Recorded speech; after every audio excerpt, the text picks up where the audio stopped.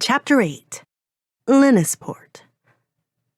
They didn't see their uncle again until the pack of feral dogs dug up his body. For 2 months they had luxuriated without trouble. They had been kings of their very own castle. At night, they had a roof over their heads and a warm fire in the hearth. They had sold their still to a neighboring farmer, and with the money they were able to buy food to last them weeks. They had reinvigorated their uncle's fallow fields and planted them. When curious villagers asked where their uncle had gone to, they said they didn't know and that he had simply asked them, as his nephews, to look after his plot until he returned. In the evening, Sade studied his uncle's texts by candlelight, and he began to uncover his latent power. He learned to call the breeze, change the direction of a cloud, and even was able to move the flame of one candle to the next, although igniting fire was still beyond his ken. Their lives were so full of abundance that some evenings Sade would fight off sleep just so he could remain awake, savoring the sound of the rain on the rooftop and the cozy warmth of the fire that kept the darkness and cold at bay. So it was with utter horror that Sade looked up from turning a row of earth one morning to see a feral dog that usually slunk around the village garbage pit, carrying what was unmistakably a human arm in its jaw. His legs weak and his heart thrashing in his ears, he ran at the mutt, but it did not give up its prize. It raced off into the woods before Sade could catch up with it. Once again, it was gone. He rushed to the grave where he and his brother had buried their uncle. Even before Sade reached the clearing in the woods, he knew by the sickly smell, a cloying scent of rot that burned his eyes and throat, that the body had been exhumed. He knew that they should have buried it deeper. He cursed himself, holding his sleeve to his nose as he entered the clearing. It was worse than he thought. The entire grave had been disturbed by all manner of animals.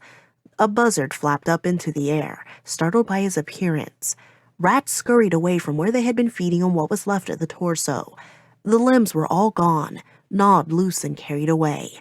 The head was a swollen, ghastly melon, with a covering of maggots shiny with the pus of decomposition. Where the rest of the body had gone, Sade had no way of knowing, but he knew it was prudent to assume the worst, that the dogs would carry the limbs to the neighbor's property, the midden, or even the village itself. It was only a matter of time before their crime was uncovered. Sade ran back to the cabin, black spots dancing before his eyes. He packed a satchel with the 3 spellbooks, a water skin, bread, and salted dog meat, what was left of their hound, then rushed to saddle Crystal. Under their care, the mare had become stronger, her ribs less exposed, and the luster returned to her coat. Sade adjusted the bridle, his throat caught with the loss of everything they would have to leave behind, including Crystal. When Vondales appeared on the road carrying a basket of eggs from the market, Sade rode out to meet him, explained what had happened, and told his brother to mount behind him. Always deferential to his older brother, he climbed up onto Crystal. The regular meals, the rest and work had helped his brother to fill out even more. He looked bigger than he did just weeks before. When he wrapped his arms around Sade's waist, Sade coughed with the strength of his embrace. He could feel his brother turning back to look at the cabin. After the initial crime and the nightmares that followed had faded, the cottage had become a place of peace and comfort to them, a home like they had not known for a long time. Sade somehow knew that to survive, they could afford no sentiment, only hate. He tried to rekindle the fire in him that he had felt that day they had murdered Mikhail. "Don't look back, Vondales," he said. "Only forward." "Right," his brother said, but Sade could hear the emotion making his voice thick in his throat. He kicked Crystal, and they galloped down the road. Sade wished to keep as low a profile as possible, but that was a challenge on the road where they passed wagons full of feed, meat barrows, or field workers. He tried not to push Crystal too hard, as he did not want to appear conspicuous, but still, he knew the sight of 2 boys on a piebald mare, riding at a trot, did not go unnoticed. The pace between the villages was a slow one, especially with the road still damp from summer thunderstorms. But Sade knew that the delay may cost them their lives. His plan was to reach Linnisport, on the west of the island, find a ship, and flee. Either they would sell Crystal for passage, volunteer on a cargo vessel, or even steal a skiff. Sade was not completely confident in his abilities as a weather worker, but with the 3 books he had, and what he and his brother already knew of sailing, they might survive. Necessity is the best teacher. They slept on the edge of a field that first night, watering Crystal at a stream and eating a dinner of dog meat and raw eggs. They lit no fire, and when cold woke them in the hours before sunrise, they mounted Crystal and started as the first roosters were crowing. They reached the village of Crastor, the halfway point to Lindasport, when Sade knew they were spotted. It was a bearded man hauling feed that tipped them off. It was not the way he looked at them, but rather the way he didn't look at them, did not make the eye contact and greeting that were customary along the road. Sade rode around the town and kept low, hiding in a thicket the rest of the day. Vondales thought him too cautious, but when they saw a half-dozen of the sheriff's men riding out of the town eastward, Sade knew caution had been wise. They stole a horse that night, a chestnut that was not as conspicuous as a piebald, and set Crystal free in a field. Under cover of darkness, they rode to the next village. They did not slow, but rather galloped right through. Lindasport was the next town, and Sade knew time was running short. They were back on the western side of Illicane Island, the side most familiar to them, and worse, full of familiar people. Sade wanted to get off the road as soon as possible, and so he took them through a fallow field to woods they knew well and made their way along a creek. It was slower going, and they left obvious tracks in the mud, but they moved most unseen. Only a few girls gathering water and beating laundry spied them. So close to their destination, so close to freedom, Sade thought it a reasonable risk. He was wrong. Word traveled faster than he anticipated, and that afternoon, with the spires and masts of ships in view over the treetops, the 6 sheriff's men crested a hill and rode at a gallop to intercept them. Vondales had begun to doze behind him, and the long march and rhythm of trotting had been getting the better of Sade as well, making his own eyelids heavy and his thick head with drowsiness. But when the 6 men spotted them, there was no mistaking their intent. They kicked their horses, snapped their reins, and stood up in their stirrups. Sade elbowed Vondales before spurring on their own horse. Sade rode towards a farm with a number of horses grazing in a corral. He calculated their advantages, which were few. Their horse carried a lighter burden. They had some distance on their pursuers already, and they were close to the city, where they might be able to dismount and disappear in the crowds. They were also desperate and willing to take foolhardy risks. Sade yanked the reins and forced their horse down a precarious slope where the animal nearly slipped and tossed them both. But he knew the route would buy them time, as their pursuers would not want to risk falling themselves or injuring their mounts. At the bottom of the hill, with Vondales' arms wrapped tightly around him, Sade took them over a split-rail fence, and they raced into a corral of horses. Vondales slipped onto the nearest bareback, took up its mane in his fist, and followed Sade. The theft was worth it, for with 2 horses, each with only the burden of a small rider, they gained even more ground on the sheriff's men. There were no longer any point in concealment. They galloped along the main road, one of which they had taken with their mother many times before on happier days. By the time they reached Lindasport, they had opened up a sizable lead on their pursuers. The streets were busy with the market traffic and the chaos of a port town. Fishmongers competed with one another to sell the day's catch. Taverns were opening their doors for evening revelers. Children played in the streets before they were called home for chores. Sade and Vondales galloped faster than they should have through the crowds, sending citizens scurrying for cover. Their horses' hooves ringing out loudly on the cobblestone street that was littered with corn cobs, fish bones, and other rubbish that tended to collect in the city lanes. The noises of the crowds, even the smell of them, was an assault on their already heightened senses. Sade had the feeling of things slipping out of his control, the same way he had felt when he had first tried to murder his uncle, and failed. Just as he had scrambled for cover like a panicked animal, so too now they rode with desperate abandon, and without a plan except to reach the shore. A girl carrying a basket of fish on her head froze in the middle of Sade's path. He only saw her for an instant, but they were seared in his mind. Green eyes, wide open with terror, russet hair, and although they were streaked with dirt, she had plump cheeks with smooth skin. One of the shoulder straps to her coveralls had broken, and she had tied the ends into a knot instead of mending it. The skin on her hands looked tough and calloused, and her knuckles were cracked and dry.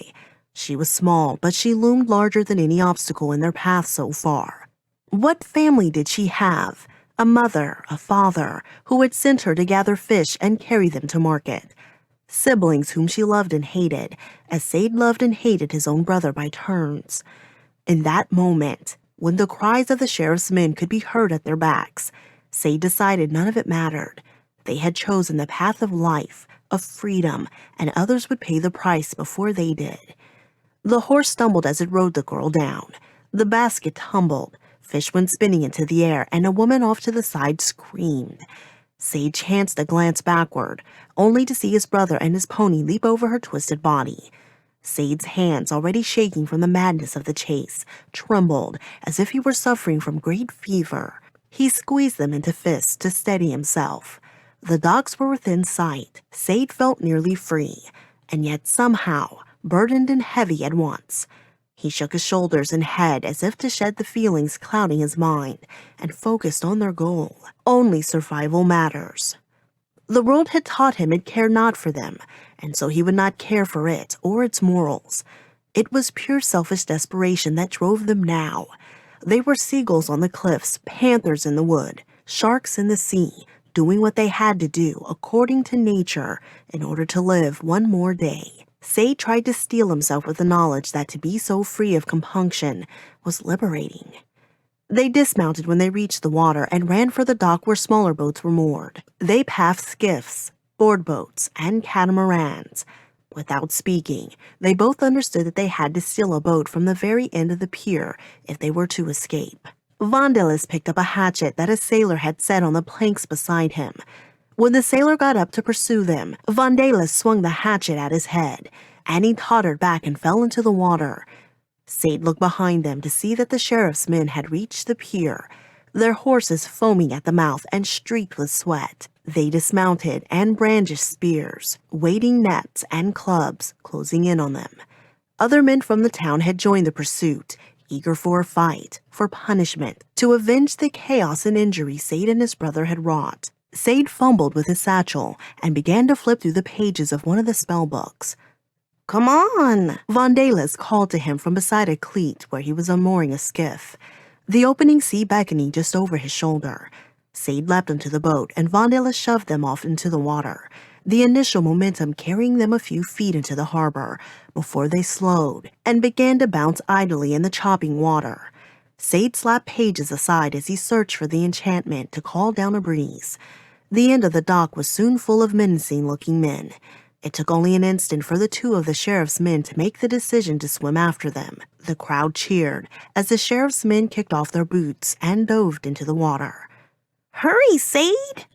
An arrow flew overhead and struck in the sail as Vondales raised it. Sade found the page he wanted and scanned down through the text to the incantation he needed, then chanted the words.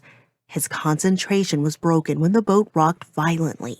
The first swimmer had reached them and was clawing his way up over the stern.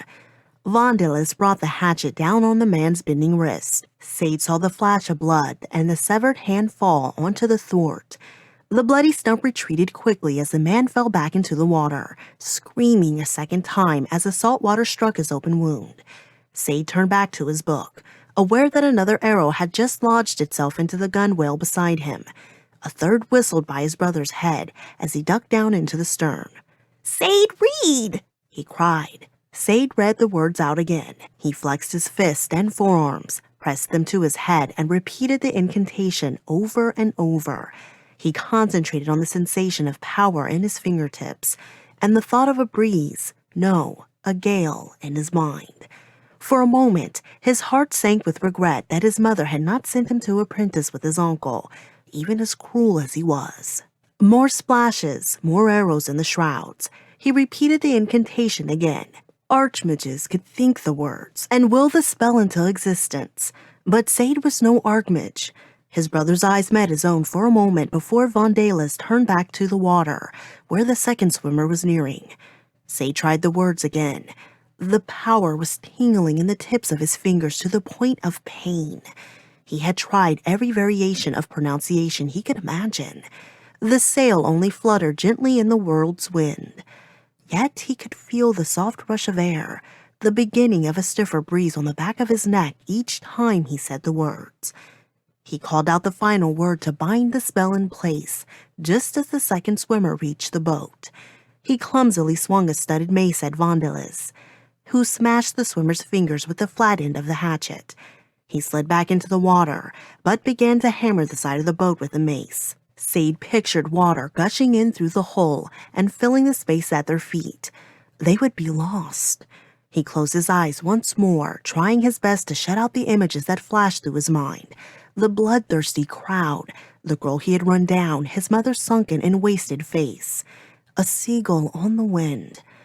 He heard a gull cry from overhead and looked up. The bird floated there just as gulls had off a Skull Point when he had felt resolution in his heart and had to live, to survive. It felt like an omen, a lucky sign.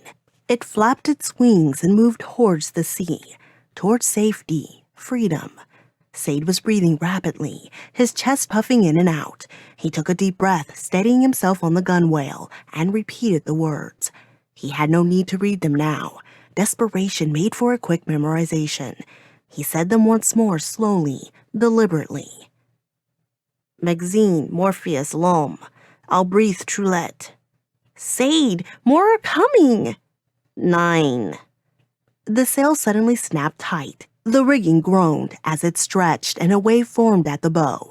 Water sluiced down the sides of the craft. The skiff surged forward, such a roaring wind pushing them that Sade laughed and shouted out his cry of relief and triumph.